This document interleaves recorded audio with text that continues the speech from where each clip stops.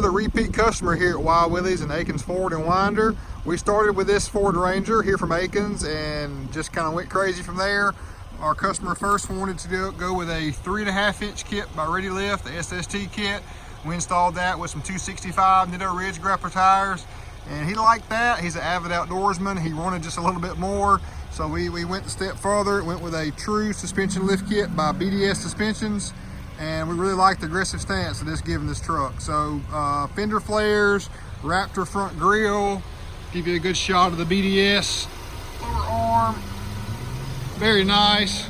Went with Nitto Ridge Grappler again in 35, 11.5 wide, 20 on a 20x9. The highly popular Fuel Rebel wheel tire, looking great.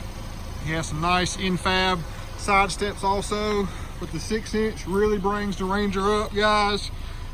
The kit, not gonna lie, was a process because there were several components that we had to get sent to us in addition to make the kit work. So we may have this first kit put on a Ranger. So proud of that.